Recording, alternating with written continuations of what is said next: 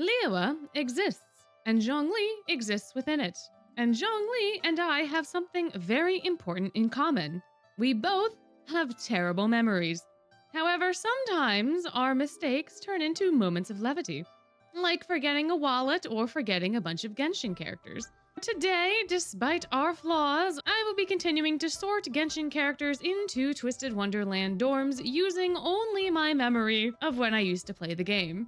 Now, I have not played any of Notlan, I have not played any of the new Moon area, which name I can't even remember, Nodcry, maybe. I barely played Fontaine, and a lot of the characters that came out even before I stopped playing, I just don't know anything about, like Yao Yao. So, this is not going to be a complete ranking of every single character in Liyue that could ever has existed by this point in time when this video is being released, because I don't know people, and people that I don't know can't be sorted properly into Twisted Wonderland dorms, at least by me. Now, we will be talking about Genshin Impact story content as well as Twisted Wonderland, so consider this your spoiler warning for both games.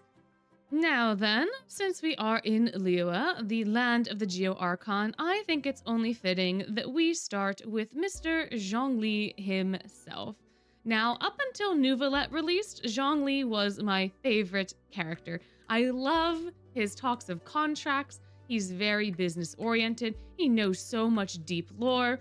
He's just a fantastic fellow. He's very fair. He's very balanced. However, he is also still bound by the heavenly principles, order, what have you. He can't tell us everything. And there are bits and pieces of him that don't remember everything. And he seems to be one of the characters that actually is aware of that memory stuff. So he's very interesting to me in that way. And I think that's why I liked him for a very long time. But because of it, I feel like he would get typecast into Octagonal because of Azul. Since he is the god of contracts and Azul is the boy of contracts. And I think the two of them could get along within that. However, Zhongli is more on the straight and narrow. Sure, he'll lie, like he did in the Liyue Archon quest, kind of by omittance, but he's also somebody that's very fair. He has honorable terms, he has fair terms, he has terms that you can complete, and it is up to you and your drive and your morality in some cases to complete your end of the bargain. And when you don't, he brings the hammer down as he should. However, if you do, then you are rewarded generously with whatever the terms of the contract were. Because he is very fair in this, I don't think that Octagonal suits him quite as well as the superficial contracts make it out to seem. Because Octagonal, for all intents and purposes, is the dorm of future politicians. By and large, in all sorts of different countries, in all sorts of different places, usually that sort of person is going to take shadier deals, and it is much harder to find someone with integrity. And NRC is a place where it's extremely hard to find people with integrity, given the nature of the villain's world. But I think Octagonal tends to fall down that rabbit hole a little deeper, given that there's a lot of shady business that goes on. So even though there are rules and there are contracts and there are those sorts of things happening, I think the immorality, the unethical nature of them would not suit Zhongli's character. Heartslabul seems like a very weird place to put him, but I do think that he could fit in there, given that he's a rule follower, given that the contracts have those set rules and all of those sorts of things. However, I think the vibes are so completely different. I don't know. I think I can't remember if I put Venti into Heartslabul or not, but it almost feels right to put somebody, anybody, anyone at all that can help Riddle keep the other kiddos I put there in line. And I think that Zhongli would be able to do that. And I think that he would be able to maybe counsel Riddle in a very effective way, because he's not an enabler like Trey is, but he has the same sort of calm personality or like calm aura. And I think that that could be a huge boon for Heartslabul. The other place that I thought that he would work very well is Diasomnia, but that probably is just because he's a dragon and he's a god. And so putting him with another dragon that Sebek thinks is a god would kind of work in that way. But there's not a lot else He's kind of noble. He's very prim and proper. People respect him for that. He has the Diasomnia vibe, but I'm still gonna put him in Heartstable because I think I need to give at least one person to Riddle that can help him just a little bit. That's my only justification for putting him in Heartstable, and the rules and being able to follow those sorts of things and to be able to make things fair, because a lot of Heartstable's rules are not fair. They're not practical, and I think that would kind of drive Zhongli a little up a wall. But I do think that he would. Listen, guys, I don't know why I want to put him here. I don't know. My brain is actively fighting me to keep him in this place because for all intents and purposes, Zhongli is Diasomnia through and through. He has the nobility. He has all of the. No, he's a Diasomnia guy. I want to put him in Heartstable so bad, but I can't fully he just fits Diasomnia so much better. He's a lot warmer though, I think, than a lot of the folks in Diasomnia. I think that I don't know, man. Where do I put you? You're the first one and I don't know where to put you. I think I'm gonna leave him in Diasomnia.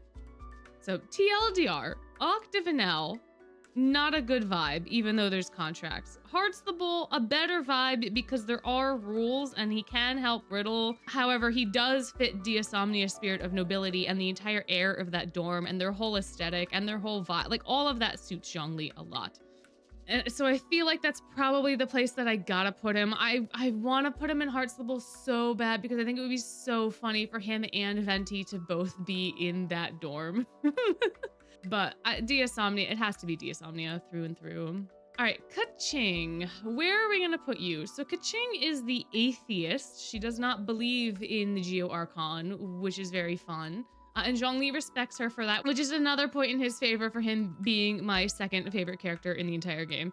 She is, I feel like Keqing was one of the characters in Liyue that I just didn't care to know anything about.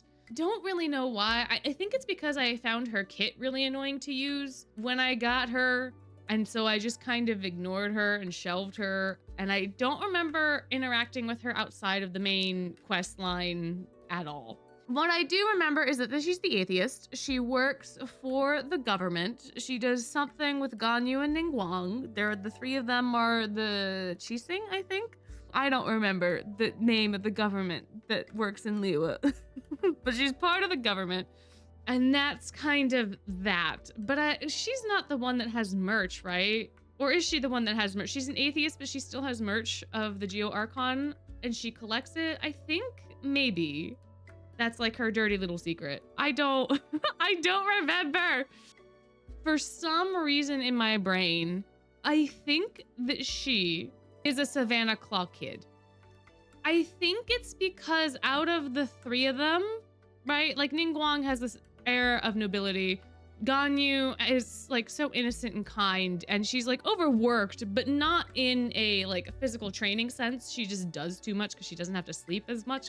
Keqing, though, I feel like has to do a lot more physical labor between the three of them. She seems more like a fighter than the rest of them, even though they all can fight. And I think because of that, and because Savannah Claw is that perseverance, I feel like she fits in there better than anywhere else. Heartstable is way too happy-go-lucky and way too chaotic for her. Octavanel is way too much into the politics, like I said before. Scarabia is in mindfulness, so that could work for her, but she's not as much into the strategy of things, which I think is more suited to that dorm. Pomfiore is tenacity, which can kind of go hand in hand with perseverance, because you do have to have a certain level of both, I think, to do both of those things. Like tenacity comes, I think, from persevering. And to stay tenacious, you need to be able to persevere. So there's like a duality between the two of them that I think is very nice in like philosophical concept. But I don't, even though she's purple, I don't feel like putting her in Pomfiore. Ignihide's too tech focused. I don't think that necessarily fits. And the Diasomnia is noble, but I don't feel like Keqing fits that sort of nobility. I don't think that she fits that dorm. She doesn't have that vibe to me. So the only place that she could go, truly, is Savannah Claw because of what I remember of her. Qiqi, by nature of being dead, is going to go into Ignihide because her and Ortho have a very similar thing going on with their reanimated corpse-like nature, although Ortho is completely technological and Qiqi is still like human zombie. So there's a difference there. Qiqi's desire to live, though, I think really suits the story of Idia and of Ortho, and the underworld vibe fits her zombie nature very, very well. Ortho really, really wanted to live. He wanted to support Idia. He now wants to be a real boy and he wants to experience all of those things. Idia, too, in a way, really wants to live. He wants to be able to have friends. He wants to be out there a little bit. Not fully. He doesn't want to become an extrovert. Like, God forbid he has to do anything extroverted. But he does want to connect with people, and he just feels trapped by sticks. And I think over time that really impacted his development. But the two of them have this aspect of wanting to live in very different ways, but they still are there. So I think because of that aspect of the Ignihide kind of arc, and Qiqi's story where she just wanted to live so bad, from what I can remember anyway, Ignihide seems like the place. It also has that benefit, again, of being the undead place, and Qiqi being undead. And I think her being somewhat of a support character also kind of works for Ignihide, because you have Edie, who's the boss, Ortho's kind of supporting him. I think Qiqi being another support just kind of works for like that dynamic. So I think I'm gonna put her in there. Also, it's kind of a technological advancement, if you want to think about it that way, for her to be an undead person. It's definitely in more of the mythical sense, given the way that she was reanimated and the way that she's still alive. But it is an innovation of some sort, and I think that that also fits Ignihide's sort of forward-thinking, technological mindset. Xinqiu now has to go into Scarabia. I don't think there's anywhere else that he could possibly go. Maybe Palmfiore, maybe, but he is mindfulness to a T. This is the guy from the Guhua clan. He is the book smart kiddo. He is the writer. He is the guy that is interested in all of the finer details of all of the technicalities of all of the like legal codes that are relevant to him. Probably not quite. There's something to do. I think his clan is involved in trade in some capacity, and he is going to be kind of forced into the family business at some point. I feel like that was some part of a story at some point with him. I do know that he's a novelist. I do know that for sure. He can't sign his name, which was so freaking funny in the Iridori Festival. Good Lord, little guy. But he is someone that thinks through, and he's very strategic. All of the things that I feel are Scarabia-esque, that sort of mindfulness of the Sorcerer of the Sands, being that more analytical mind, being a little bit more of a schemer, but in a very strategic, knowledge-based, wisdom-based way. It just fits Xinqiu so well to me.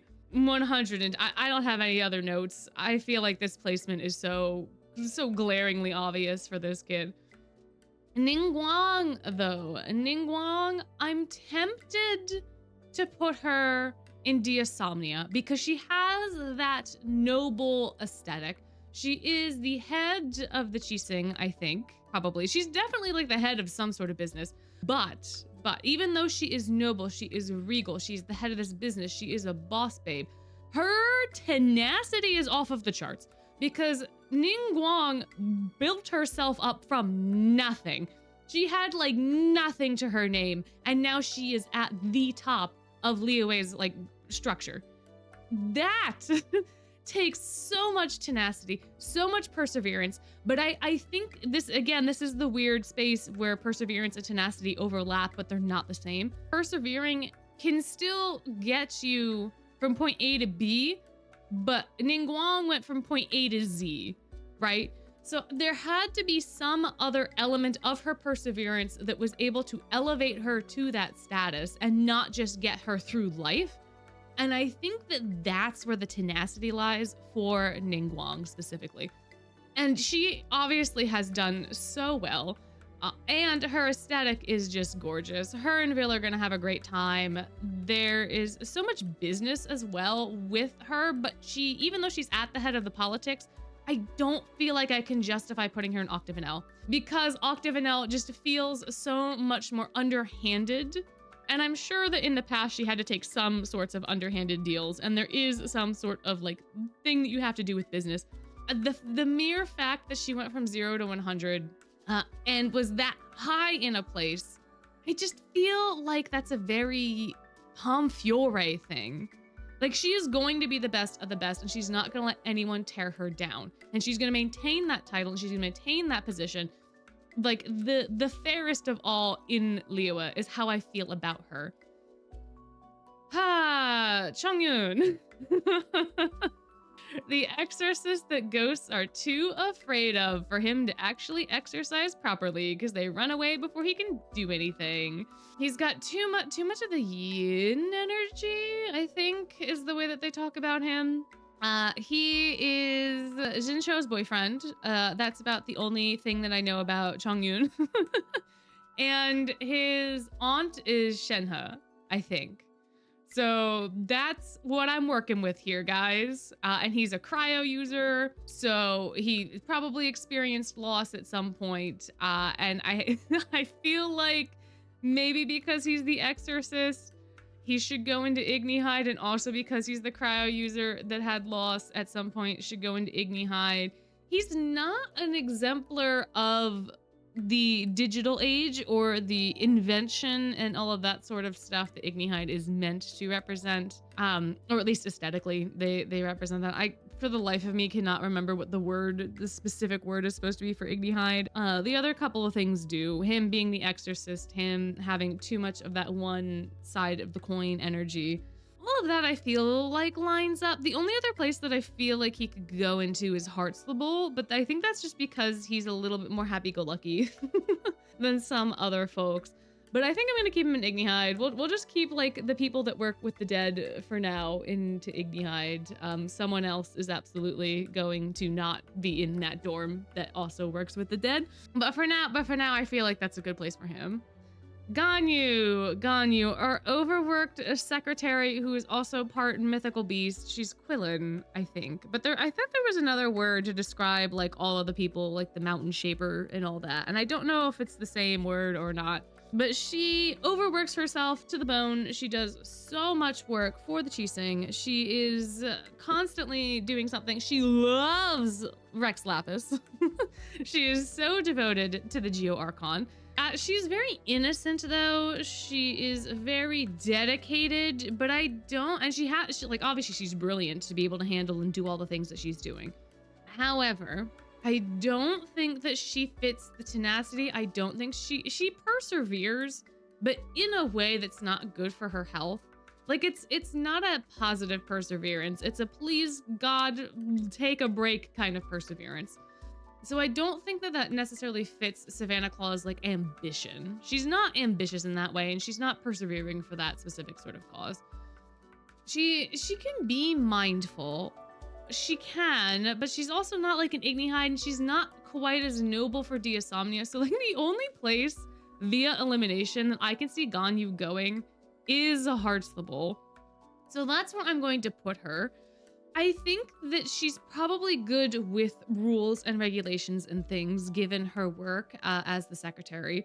She must have to know all that sorts of stuff. Because she's so devoted to Rex Lapis, I think that she has that goody two-shoes rule-following nature that may be nice for Riddle for a change of pace. And I think that she would survive well enough in Heartslable for sure. I think she'd be able to memorize the rules to be able to follow them. I think she would help out other people. I think she would be going and doing all sorts of odd jobs all of the time. I think she'd be a big boon for that dorm. I just don't know that it necessarily fits her personality, similar to how I kind of wanted to put Zhongli in there earlier. But I think that's where I'm going to keep her because I don't know, guys. I literally don't know. Xiangling, Heartslable 110%. Obviously, I feel like all the pyro people get typecast into Heartslable, but she is so happy to be cooking. She is so passionate about that. And that passion doesn't fit with any of the other dwarves. I think that she could possibly fit into Savannah Claw because she had to have the perseverance to be able to cook the way that she does and to be able to find the ingredients out in the wild and to just constantly be on that grind to make people happy, to be able to create dishes that bring smiles to people's faces, to be able to feed the hungry. You know what? I'm gonna put her in Savannah Claw. I think I'm gonna put her there.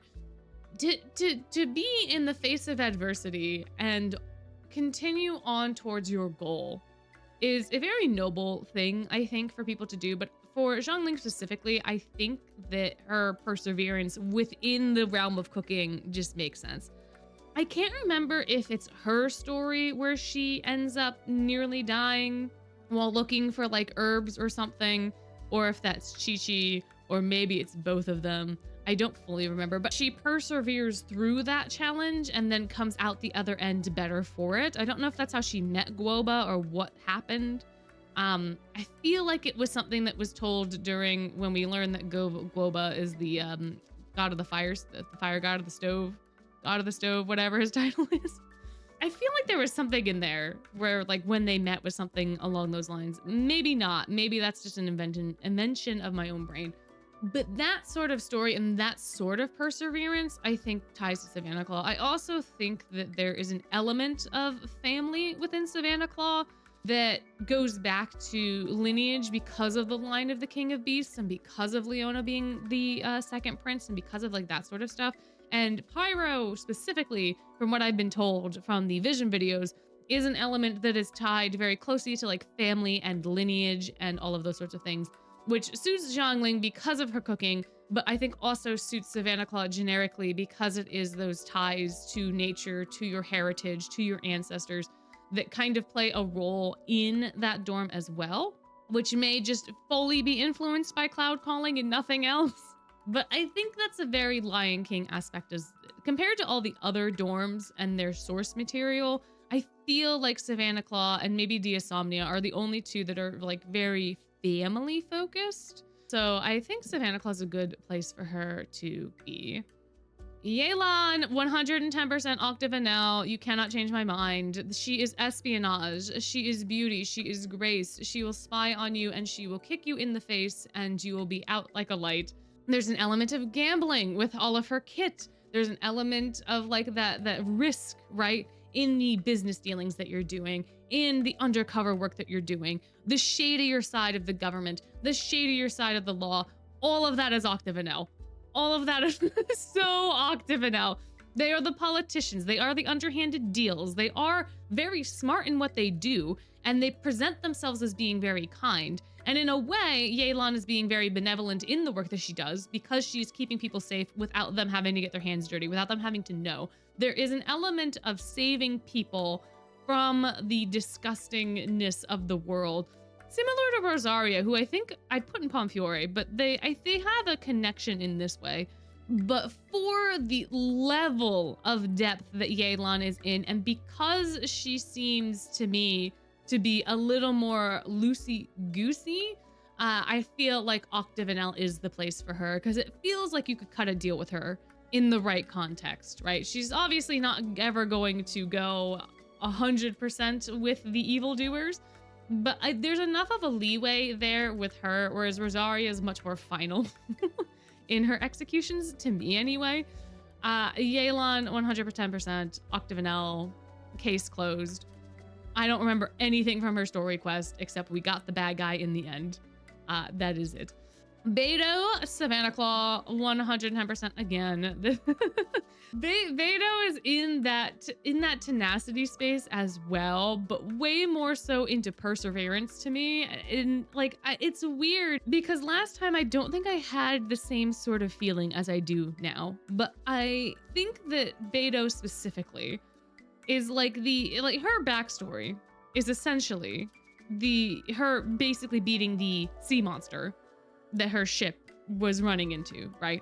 And her as a captain, she's got great leadership ability. She has a whole crew that she is in charge of. Leona's very similar in the way that he treats Savannah Claw. right? She's a very just leader, but she's not breathing down your neck. She loves a good party. She can persevere through storms, through trials, through all sorts of stuff. But I don't think she has the high level of tenacity that Ningguang has. And I think that in a very poetic way, these two can kind of balance each other out with those overlapping aspects, but having the different extremes of them. Because I know that they're a very popular ship in Genshin, and I think that that works very well for what I'm describing too. Beidou is also a pirate, and the Savannah Club boys were also pirates for the first Halloween. And while that is completely superficial and has nothing to do with Beidou's character, I do think that it does apply in this case. And I do think it's another point for her to stay in Savannah Claw. Xinyan is someone that's very hard for me to place. She feels a lot like Bennett to me in the way that she goes about her rock and roll, and the way that she is like, no one's ever gonna tear me down. I'm gonna keep doing my thing. I'm gonna bring rock and roll to everybody, and it's gonna be great. And Bennett's very much like, I'm gonna keep adventuring, and it doesn't matter what happens. It's gonna be great. So the two of them have that sort of similarity, but I like, she is happy enough to go into Heartslable, I think. But I don't know that strictness is her vibe specifically. And I feel like she would be good at following the rules, but rock and roll, specifically as a genre, is one that is meant to break the rules. It is meant to go against the grain. It's very similar to punk. Punk started because people wanted to break the rules. It was very anti-establishment, and rock and roll is very similar in that way. So for that, I do think that she could fit into Heartslable, because that seems to be the kinds of people that were in Heartslable pre-Riddle, and Riddle has just reined them in a lot. So actually, in that way, she absolutely fits Heartslable to a T. I think that she would fit in well there. She could hang out with Ace. I think the two of them would get along quite well. I think she'd probably get along with Deuce too. Hater, maybe. Maybe everybody would probably get along. I think that she would work there quite well for that reason specifically, for the fact that the mirror seemed to sort those sorts of people into Heartslable. The people that were the rule breakers, the people that were against the establishment, the people that were breaking the rules and the order and were more chaotic. It seemed to put those sorts of people there. And even with Ace a little bit, it does seem like it's continuing to do that with the people that it's placing. And in that, I think she would do pretty well. And she has that happy energy. She fits the aesthetic vibe for sure. So I think we're safe to put her there. Okay, Yanfei.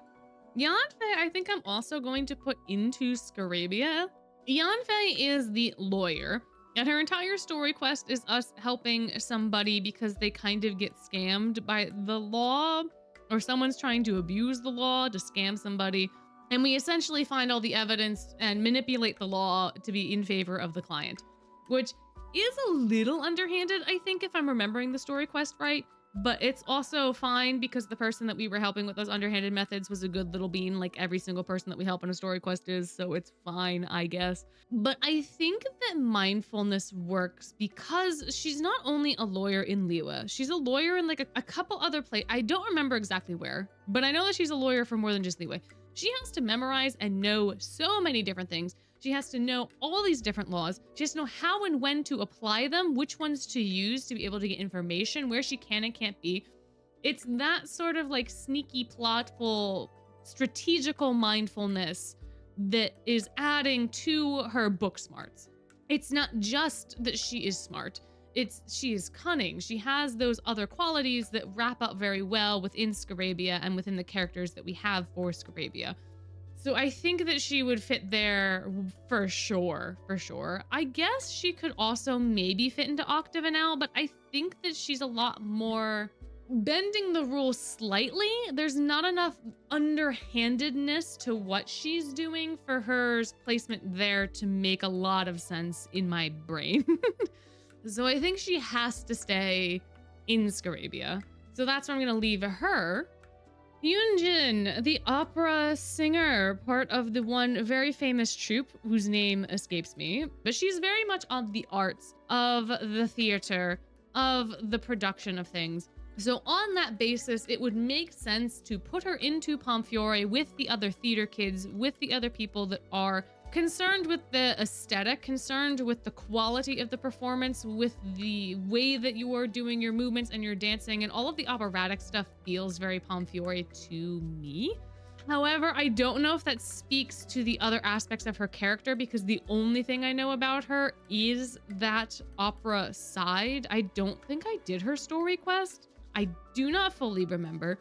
Yunjin is still gonna go into Pomfiore because of the theatrical aspects of her, because of the opera, and I think she is a person that refines her craft very well and does what she does for reasons that are outside of herself, maybe. I do think that there's a decent level of tenacity within having to not only be in the theater and be in the troupe and do the opera, right? That's very perseverance. But to maintain her position, maintain her status, and all of those sorts of things are probably way more on the tenacious side, I would have to say. So I think I'm going to put her there and leave her there, but that's all you're getting out of me for that one. Hu Tao. Where are we going to put you? I think Hu Tao should be in Hearts the Bowl because she has just such an infectious energy and such a lively person. I have not played any of the Lantern Rites. I know I used footage of the Lantern Rite for something that I had to do with Hu Tao or something that had to do with Pyro. And I think I've not played it, but I think she dies and gets resurrected. I don't know. But she does have that bit where she goes into the spirit realm and then comes back with her vision. So there is that as well. But she is someone that plays around with the borders between life and death, but not in an Ignihide way. There's no trying to triumph over death. There's no trying to force yourself to live. There's none of like that sort of desperation in a Hu Tao. Hu Tao is very understanding of the natural order, does not necessarily want to change it, I don't think, but she's just here for the ride, man. She is here, she is living up life, but she's not like clinging to life. And I think that that's a very important distinction for her character. She is also somebody that is very extroverted, that is very happy-go-lucky, that has all of that sort of energy that is very heartable to me. Savannah Claw, I don't really think fits her. Octabanel, definitely not. Scarabia, and Pomfiore, and Ignihide, not really. Diasomnia, no. So really the only place in my mind would be Heartstable for her. And I think that she really does fit the spirit of the dorm. And while she is not necessarily somebody that's trying to disrupt the order, I also feel like she is someone that tries to maintain that order. And we get that with her and Qiqi, right? Where she is constantly trying to get Qiqi to die and to just move on, and Qiqi is like, hell no. And I think that that interaction, as silly as it is, does speak to the quality of her that maintains that balance between life and death and has to draw that line in the sand between them. And I do think that that's that level of strictness or that sort of scenario can speak to strictness, and that would fit Heartstable as well. So she's gonna go up there. Shenhe was the last character from Liyue that I remember interacting with in any sort of capacity. She is Chongyun's aunt. She is very pretty. She is also someone that does not understand humanity because she was raised apart from humans. And because of that, and only because of that, I am putting her into Diasomnia because her and Malleus have such a wonderful energy about them. And I think that the two of them are very similar in that non-understanding of like how people interact, how people eat things, how like all of that sort of stuff. Like she just feels like her and Malleus would be bonding over the fact that they don't understand anyone and that no one understands them. That is why she's in Diasomnia. I do think that she is rather noble from what I can remember of her.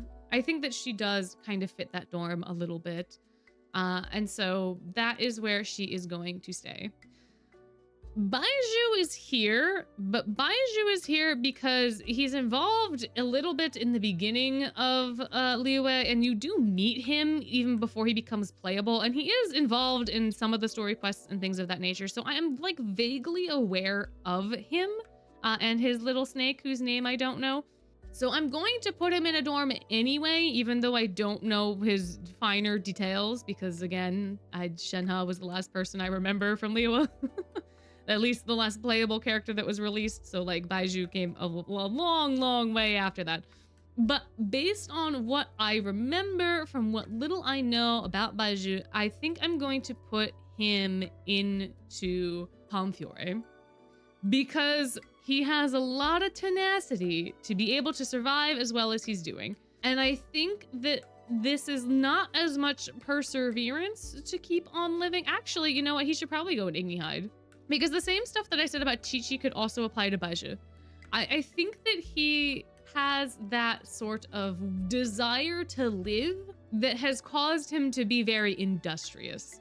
And I do think that there's tenacity within that, and I do think that there's perseverance within that, but Baizhu, to me, just feels more like Qiqi.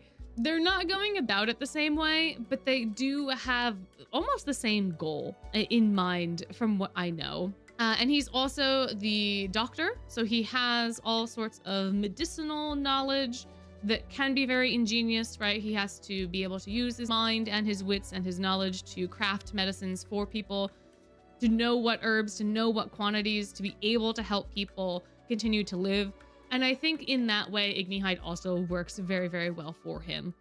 And I think that that's a place that he could hang out with all the other people that I put in there pretty well. Qiqi's obviously there, and the two of them live together currently. Qiqi is his assistant, I think, or like one of his assistants. I think the snake technically counts as an assistant. I don't know.